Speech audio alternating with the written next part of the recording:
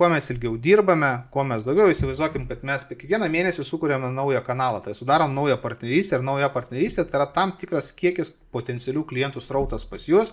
Kiekvieną mėnesį mes sukūrėm po vieną partnerystę per metus, tai yra 12 partnerysčių, tai yra 12 papildomų kanalų jūsų verslui, kurie generuoja būtent tuos potencialius klientus į jūsų verslą, į jūsų įmonę. Ir kuo daugiau partnerių, tuo daugiau kanalų, tuo daugiau potencialių klientų ir tuo daugiau tai yra pinigų. To, ko mes visi siekiame, kurdami verslus, gauti pinigų, uždirbti pinigų. Nebent jūs esate galbūt įstaiga, kurios nėra tikslas uždirbti pinigų. Taigi, norint sukurti bent vieną partnerystę, kuri generuos potencialius klientus, vėlgi tas žodis yra reikalingi resursai. Tai tie resursai, pirmiausiai, kaip mes gaudom kitų įmonių resursus, dabar ateina laikas duoti. Tai reiškia, antras etapas partnerysčių, tai yra vienas variantas, aš gaunu, dabar aš turiu kažką duoti tam, kad mainais gaučiau tą srautą potencialių klientų. Taigi, aš sudariau tam tikrą sąrašą, tam tikrus variantus, ką galima būtų duoti, kokie formatai to davimo tam, kad generuoti tuos potencialius klientus. Tai pirmiausia, mainai barteriniai. Aš tau, tu man.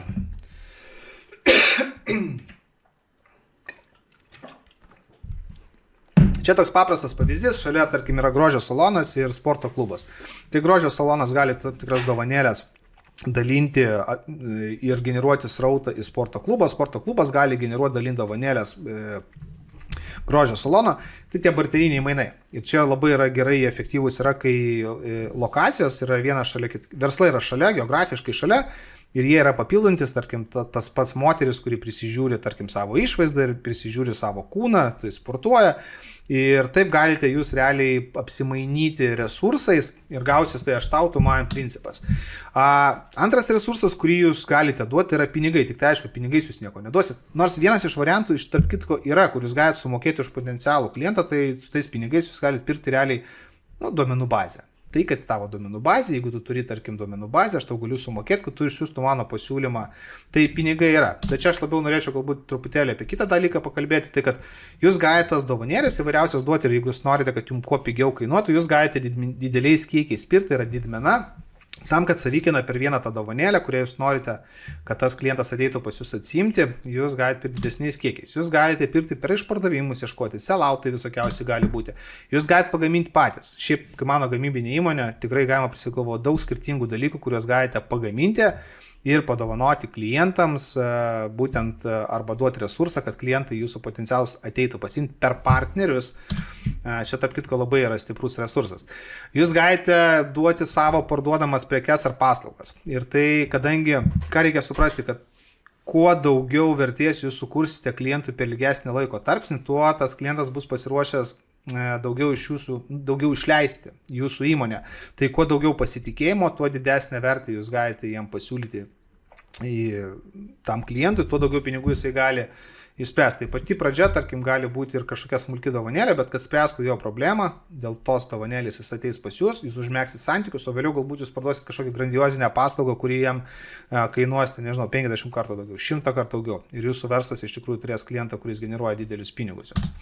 Tai jūs galite sukurti naują verslo segmentą. Jeigu jūs, tarkim, prekiaujate labai brangiom prekiam, teikiat labai brangias paslaugas ir jūs iš tikrųjų iš savo arsenalo, neturit nieko, ką jūs galite, tarkim, pasiūlyti ir jums viskas yra per brangu. Jūs galite dar, vadinkim, tokį sukurti kažkokią kategoriją prekių, kurios bus skirtos grinai generuoti. Tuos potencialius klientus ir juos užsiauginti iki to, kad jie būtų pasiruošę pirkti jūsų tą brangią prekę, brangią paslaugą. Kitas variantas, jūs galite gauti netgi kelias, vadinkim, prekes, paslaugas mainais už jūsų klientą. Tai kai pačioje pradžioje kalbėjome apie pasiūlymo sukūrimą, tai tam, kad sukurt pasiūlymą, tarkim, už tą būtent resursą klientą, kurio reikia jūsų partnerių, jisai gali duoti ne vieno, dviejų, tris, pavyzdžiui, dovanėlės. Ir vienos dovanėlės ar dviejų užteks sukurti pasiūlymų, o trečią jūs galite pasilikti savo, nes galbūt jūsų klientas yra daug vertesnis. Jums gal kainuoja daug pigiau pritraukti tą klientą negu, pavyzdžiui, jūsų partneriui. Čia viskas yra labai priklauso nuo skirtingų situacijų, bet jeigu grubiai jūs gaunat 3 įvairiausias dovanėlės mainais už tą klientą, kurį jūs atsiunčiat, jūs vieną galite savo pasinaudoti ir būtent irgi kažkam duoti tam, kad jūs generuotumėte tą klientą. Čekį konkrečiai pinigų sumai įsigyti.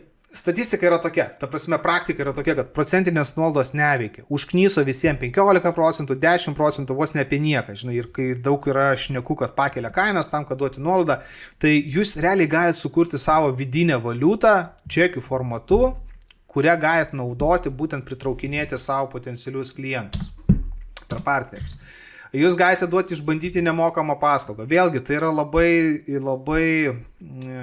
reikia žiūrėti pagal verslo sritį, bet kaip pavyzdys galėtų būti, tarkim, odontologai. Jūs galite daryti, kepti pasisamdžius ten studentę, praktikantę, daryti burnos higieną, duoti už dyką ir, tarkim, pas jūs ateina darytis burnos higieną už dyką. Ir tuo metu, kai daroma higiena, nustatoma, kad, žiūrėkit, pas jūs dar čia kariesas yra, čia daug, kad pas jūs dantis sugedęs yra, čia dar kažkas, o galbūt reikalingas dantų balinimas, jūs per tą nemokamą paslaugą galite privesti prie savo mokamų paslaugų. Jeigu tai išbandote, veikia statistiškai, jūs galite tai puikiai naudoti ir praktiškai padaryti tai, kad nemokama burnos higiena, tai nežinau, pavalgys restorane už kažkiek eurų. Tai restoranas pakelia savo vertę, tarkim, jisai gali sukurti tokį pasiūlymą, jeigu vidutiniškai pasisuvalgo už 30 eurų, sako, žiūrėk, užsakysite pas mus maistą už 40 eurų, gausite burnos higieną už 40 eurų dovanų. 100% cashbackas, nes burnos higieną vis tiek reikės daryti, odontologas gauna, nes jam labiau apsimoka duoti nemokamą burnos higieną, negu, tarkim, susigeneruoti savo tą klientą per mokamą reklamą. Nemokamas tyrimas, mėnesinis abonementas už vieną apsilankimo kainą. Čia vėlgi galima daug skirtingų dalykų žiūrėti. Čia va dabar vieną irgi tokį dalyką pasileidę, kuris visai yra, tarp kitko, labai gerai atsiperkantis. Tai yra mėnesis kavos gėrimui nemokamai kavinėje. Tiesiog gauni kuponą, apsipirki už tam tikrą kiekį, gauni 30 podelių, tai yra podelis kiekvieną dieną kavos nemokamai. Tai irgi abonementą parduodi už vieną kainą. Realiai, jeigu vienas podelis kavos kainuoja ten euras 50, aš kalbu ne apie kavinės, ne kofeinus įvairiausius, kur ten daug brangiau kainuoja, bet į puoduką paprastai pilti kavos, tai jūs galite susigeneruoti, ta prasme, irgi va tokių klientų ir tas klientas pastoja pas jūs grįžinės. Ir kai jis kiekvieną kartą grįžta, jūs turit galimybę dar jam kažką papildomai pasiūlyti, parduoti, iš ko jūs sugeneruosite pinigus ir pelną. Tai prekė už 1 centą gali būti variantas, tai irgi jeigu ten pirki kažkokią prekę, pas mus apsipirki už tam tikrą sumą, jūs galite gauti už 1 centą, tarkim, kažką atsimti pas mūsų partnerį. Komisas už atvestą srauto pardavimą, jūs galite generuoti komisinius, tai prizo įsteigimas, tai jeigu apsipirki pas mus, gausi mūsų partnerio prizą ir tiesiog ta registracija vyksta pas partnerį su jūsų čekiu. Tai irgi dalinatės legaliai duomenimis, potencialių klientų kontaktais. Su prizais irgi žiauriai galima galingus padaryti aktyvumus, tik tai reikia tinkamai pasiruošti. Naujo produkto sukūrimas, čia vėlgi, jeigu jūs neturite to produkto, kurį galite dabar, jūs tikrai galite sukurti dar vieną produktą, papildomą savo versle, grinai potencialių klientų generavimui. Nelikvidų panaudojimas. Savo verslą puikiai išbandžiau ir tai žiauriai gerai suveikė. Pas man buvo prekių kategorija, kurią pabandėm, nesigavo už tą mokamą reklamą pardavinėti. Nieks neperka, žinai, ir tu varai totalų minusą, gulėjo krūva prekių, kurias paėmėm, paprasčiausiai padarėme tokį bundlą pasiūlymo ir jį panaudojame būtent pritraukti savo tos potencialius klientus. Realiai mums pigiau gavosi tą nelikvidą atidavinėti, taip gaunant potencialius klientus. Nemokamas paslaugos suteikimas. Tai va, tai ką be to, kad partnerystės padės kurti stiprius pasiūlymus, partnerystės gali padėti jums ir generuoti potencialius klientus. Ką mes turime? Mes turime stiprius pasiūlymus, kurie leidžia mums parduoti daugiau, dažniau ir už brangiau. Partnerių dėka ir mes partnerių dėka mes galim generuoti srautą į savo įmonę, pas save, kaip potencialius klientus, kurie tampa klientais arba generuoti iškart klientus, kai ateina jie pas jūs pirkti. Ir mes vis arčiau ir galim daugiau uždirbti ir mes daromės dar stipresni.